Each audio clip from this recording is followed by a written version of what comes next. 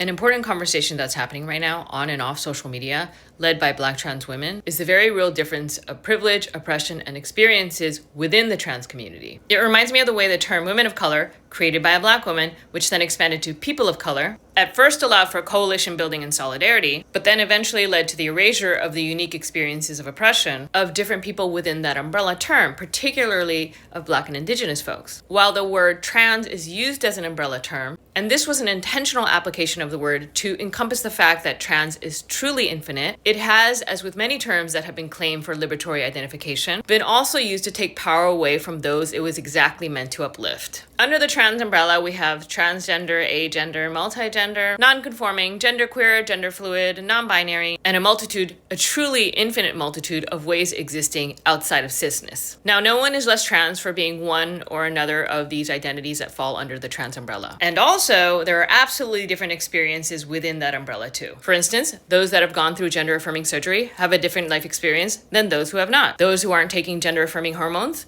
have a different experience from those who are. The experience of a Black stud is different from the experience of a white person who is masculine presenting. These are just the facts of our extraordinarily diverse human experience. In addition to how people want to exist in their bodies and identify, there are other factors that play a role, such as societal pressure, access, and cost. The fact remains there are reasons why the number is so high for the murders of Black trans women, particularly those that have undergone gender-affirming surgery. One of those reasons is trans misogynoir. Anti-Blackness and transphobia impact a Black woman taking gender-affirming hormones in a distinctly different way than, say, a white non-binary person not taking hormones. Again, neither is less trans, but the trans experience is very different. And we have to name these differences to honor our differences. And layered on top of all of that, trans people having different experiences within the trans umbrella. On accurate historical cue, cis people are nudging their way under the umbrella too. And in doing so, they are endangering trans people everywhere by taking space that was created specifically for the non-cis experience. And you know what is even more harmful? The current administration banishing the conversation of the distinction between sex and gender, because even more now, cis people are weaponizing that conflation in the language. What I hope is that our trans community will understand the nuance and very real lived experiences of different trans people. And that's why we exist, after all, is to honor the multitudes of our existence.